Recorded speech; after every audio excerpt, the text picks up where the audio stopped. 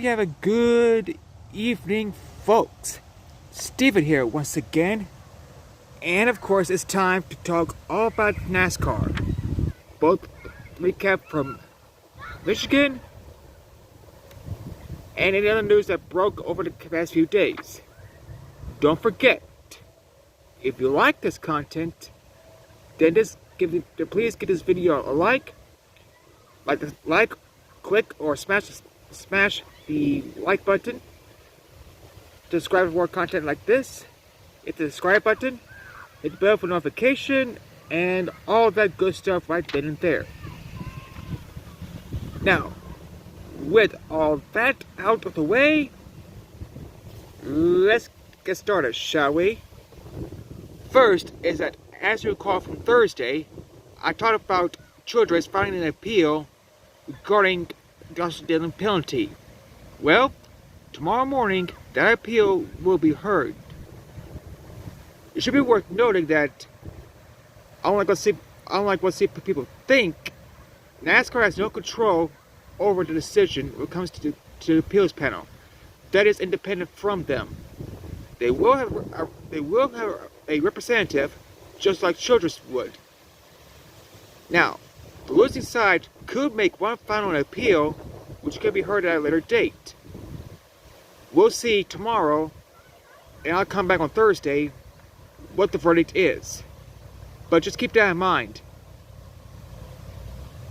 Also, I do want to say congratulations are in order to Justin Allgaier and Tyler Reddick for winning the races at Michigan. And despite a couple of flips by Al Sieg and Corey LaJoie, the racing wasn't that bad. Yeah, the flips were concerning, but thankfully the cars did land right side up, and the drivers were able to for the most part, walk away under their own power. What needs to be done about it, though, is anyone's guess at this point, because who knows what the solution is. The roof flaps failed. Do we need to do something else besides that? Do we need to reduce the speed? Do we try to do pack type racing at Michigan? Who knows? But let's not overreact to what happened. This could be just a fluke, for far we know it. But we'll have to wait and see on that. If any changes that could be made because of the flips. Lee Divvy will be in the AMC booth for Saturday night's race at Daytona, and going forward for all the Cup races. Rick Allen will still be in the booth for the Xfinity Series races, even after they will move to the CW in late next month. As for next year with Rick, that is still up in the air. But wherever he lands, I wish him the best of luck, just the same. And I wish Lee the best of luck, going back to the Cup Series booth for the first time in a few years.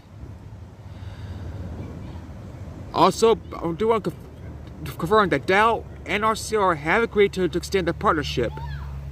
Although it didn't say for how long the partnership will last, I assume is a multi-year deal, or at least a one-year deal, but congrats to them for extending the partnership, even after what happened in Richmond, and wish both sides the best. Bowman Gray will also host next year's Clash, and that race would be televised mostly on Fox, even though I thought it would be FS1. But one thing's for sure, there's going to be a lot of bidding and banging there. And another thing I want to talk about right quick, the video cut off before I want to continue talking, is that Haas did confirm the two driver lineup for the Xfinity Series next year, Sheldon Creed and Sam Mayer. Now, Mayer I can understand to a degree, because he wants to get in the Cup Series as soon as possible, and quite frankly, there is no spots available in Chevrolet or Toyota equipment for him to put us off as soon as possible. Creed, on the other hand, that's hard to say. I get he wants to win, but is Haas really the best team left that he could still win at? I mean, he's tried Childress and failed to win. He has failed to win so far with Gibbs, but we still got a few races left before that partnership will come to an end. And while Haas is by default the best Ford team in the Xfinity Series, it's hard to say right now if they're going to be just as good as Childress, Junior Motorsports, or Gibbs, because arguably they're probably the fourth best team in the Xfinity Series right now in terms of the overall side of things. But I do wish both Mary and Creed the best of luck for next year just the same. Now, one other thing I want to talk about right quick, and that is the King, Richard Petty, being the Grand Marshal at Daytona this weekend. I'm glad to see that Richard still is active with the sport, even though he may not be a car owner anymore per se. And it's always great to see Richard at the track. His long and legendary career should not be overshadowed by what took place towards the end of his career nonetheless. He's been a great ambassador to the sport, and is still arguably one of the all-time best drivers out there. Even if you take into account that most of his success took place in the pre-modern day era of the sport. But there is no denying that Richard is a great driver in his own right. And it's living proof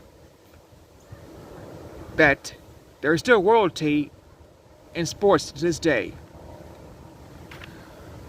Let's see here, anything else I want to talk about. No, well, I guess that's it. That's what I want to talk about for today, folks. I'll be back on Thursday for a recap of what the appeals panel said, previewing Daytona and Milwaukee, and to give my latest updates regarding the Truck Series playoffs. Until then, I'll see all of you next time. Bye!